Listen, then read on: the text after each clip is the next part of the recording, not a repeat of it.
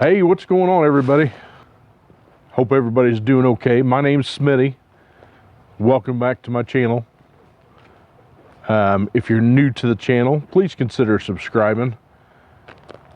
Hit that like button, notification bell, so you get all the latest updates. And comment and share with your friends and everybody. I could really use your help.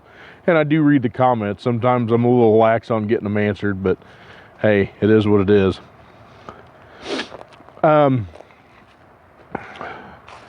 Big thing is I hope everybody's safe. Everybody's taking this coronavirus a little more seriously. I'm gonna be honest with you. I didn't think it was that big a deal to start with, but as it's progressed, you know, it's pretty serious. More serious than anything is the fact that it's shutting down all the small businesses and everything else, and they've got the mandatory stay-at-home deal till they get this thing licked. The problem with that is the essential businesses like what I do, which, if any of you didn't know, I'm a full-time technician, heavy line technician for GM, and the mandatory stay-home thing affects us just as well. Because if you're staying at home, you're not getting your car fixed, that's for sure. So it makes it a little tough to get things done. It also puts a dampener on our parts delivery because we don't have, you know, a lot of the drivers are, you know, calling out sick, which is understandable.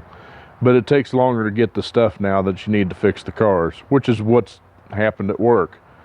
I got like 4 cars I can't get parts for right now. So any rate, enough of that being said, the biggest thing is your all's health. You know, make sure you take care of yourself. Take this seriously. Make sure to, you know, practice this new thing called social distancing, which is the same thing to me as quarantine.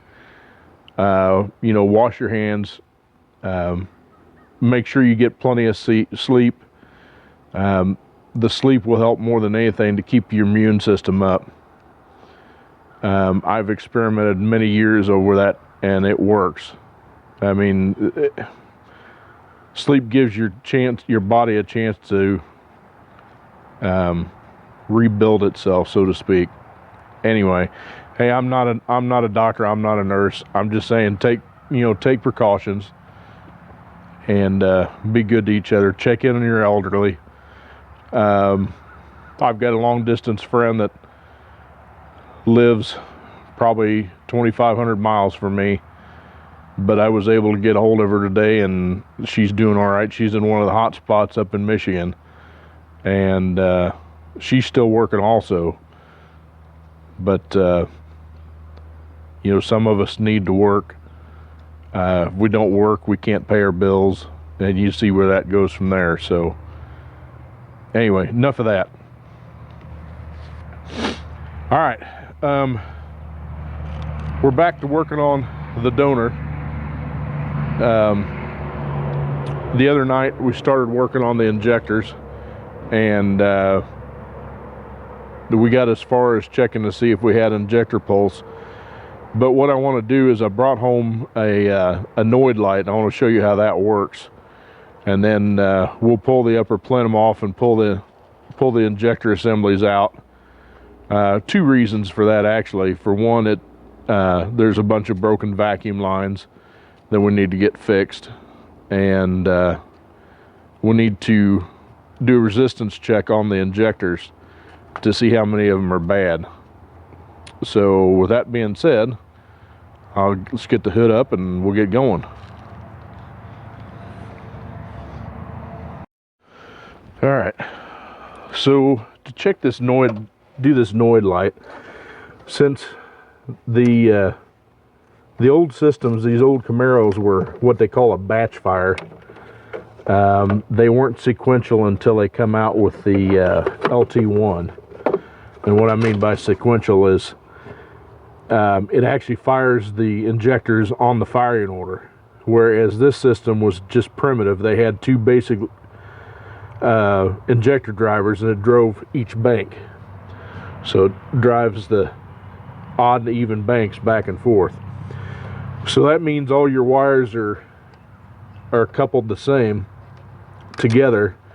You've got one hot lead for each injector set, and the ECM controls the ground. So if you got an injector bad that's ohming out, it's going to send the driver for that set of injectors nuts, because it thinks it's grounded out. So even though it's solid state means there's no fuse on it, basically, and it will kind of like self reset. I can't get this last one to pop off of there.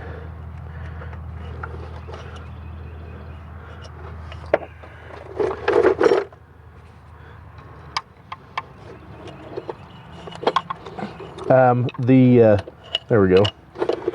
All right, so got all the injectors out.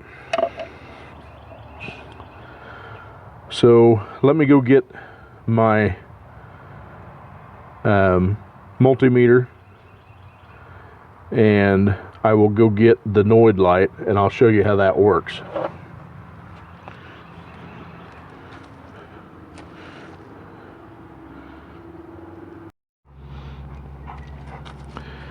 All right, I about knocked you off. Anyway, this is what they call a noid light, and I've had these forever. If it'll focus, there we go. It's just a performance tool. It's just cheapy, but they make different ones depending on the type of terminals. You say I got the 2 spade terminals there. But basically all you do with this thing is you plug it in to one of your injectors. Let's hook our battery up here.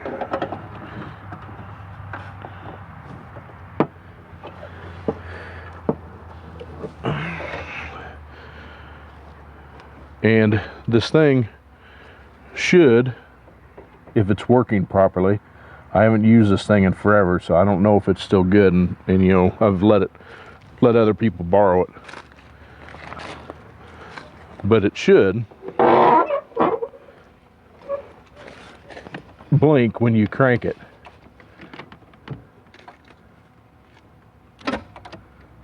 Oop, I got a light show going at the battery again.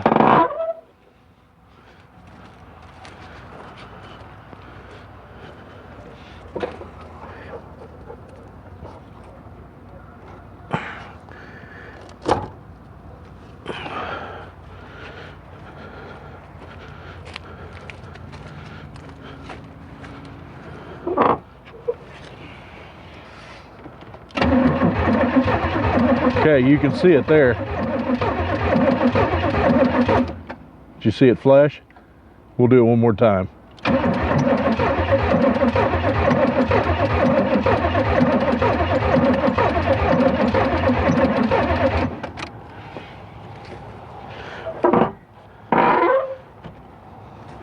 So that's what its noid light's supposed to do. It's supposed to flash. That means that your driver in your ECM is doing what it's supposed to do. So that's a handy little tool to have.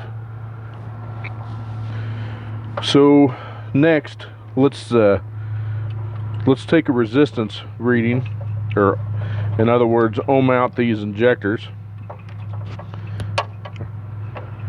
and see what we got.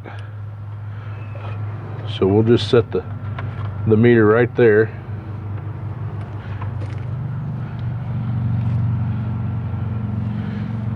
And you should get, if my memory serves me right, it should be about 10 ohms of resistance somewhere in there.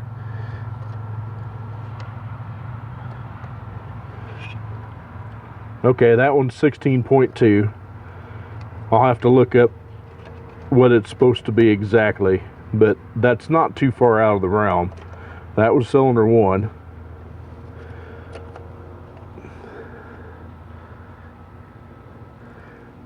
Cylinder 3. Okay. So obviously it's going to be around 16 ohms because that one's 16 also. That was number 3.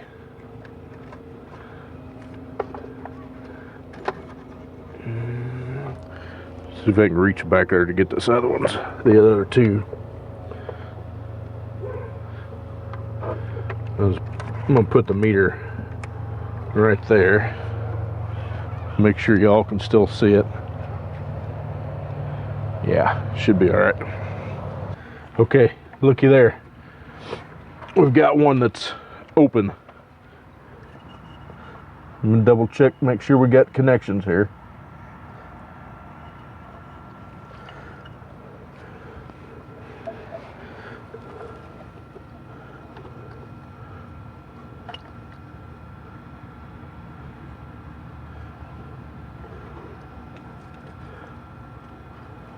Oh, there we go. I just didn't have it in there right. 16.3. It has number 5. So let's go to this last one down here, number 7.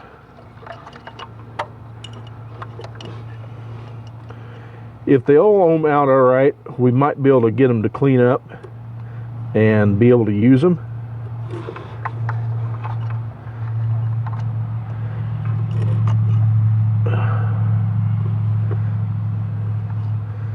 I mean, because plans with this is it's going to require a much bigger injector anyway. And that one's 16.4. So those are all checking out the same.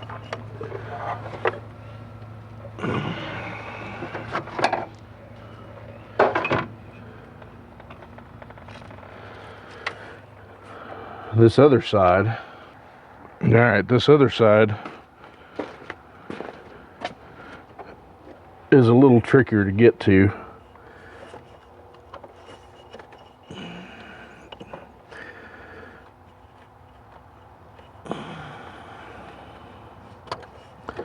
There's one.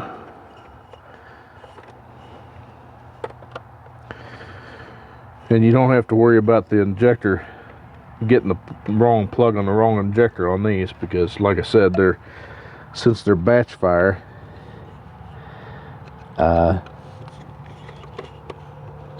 they just fire all at the same time.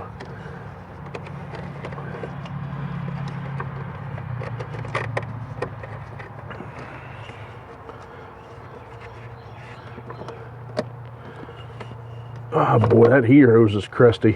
Whew. Well, that wasn't the heater hose. That's the air injection, which that's all going to disappear.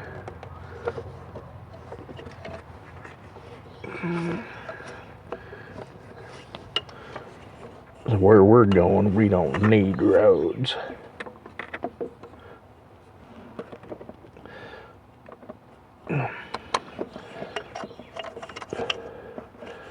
There's that one. One more. This freaking hose is just in the way.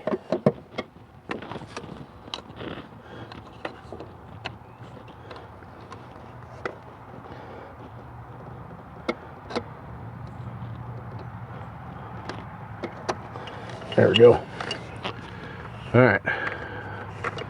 Get all them off.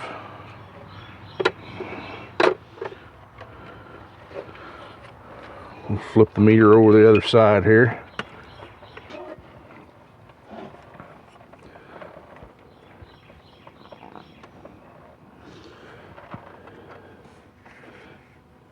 I can't really see what I'm doing.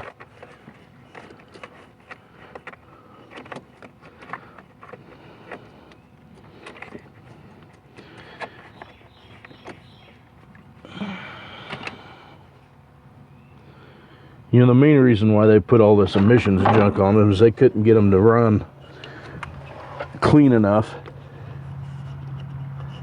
to pass emissions, where technology has improved so much that we should be able to get it to run super clean And I think I missed the terminal on that one. I can't see it, so. Oh, there we go. I didn't miss it. 16.1.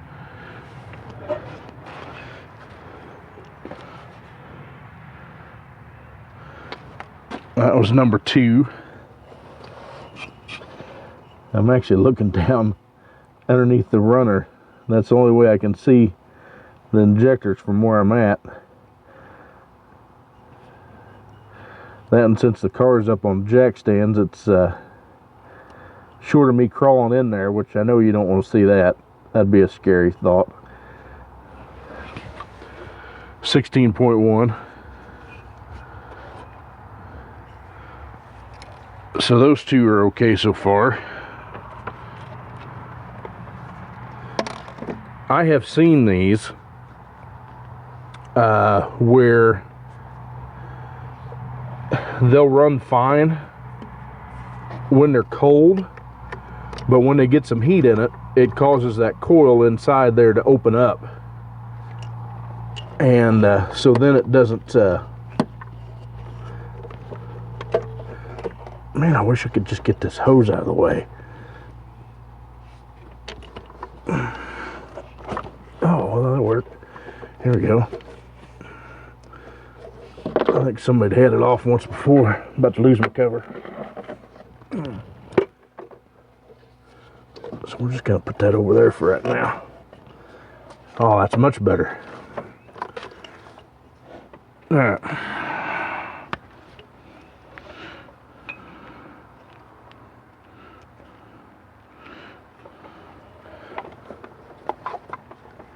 This one's going to be number 6. And that one's 16.4. So the last one is number 8. And it's 16.3. So all injectors ohm out right. So the only thing we got left to do now is to take the rails off and see if we can clean the injectors up.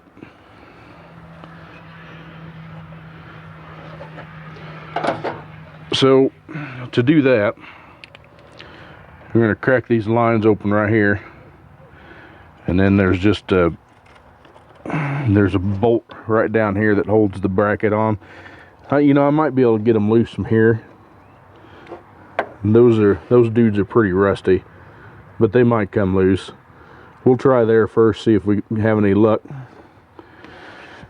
and then we'll just basically take, what I'll probably do is just take the throttle body loose and just kind of lay it forward, because it's still got coolant in it and I don't want to drain the coolant yet. You know, hopefully we'll get this dude running. And then we'll take all the upper tubes loose, and we should be able to pull the upper plenum out of the way. So, well, y'all, I think I'm going to end it off right there for tonight. So if you like what you've seen, make sure to like and subscribe it. Share it with as many people as you can. Hit that notification bell so you get the latest updates. Take care of yourself. Take care of each other. Till next video, God bless you. We'll see you later. Bye-bye.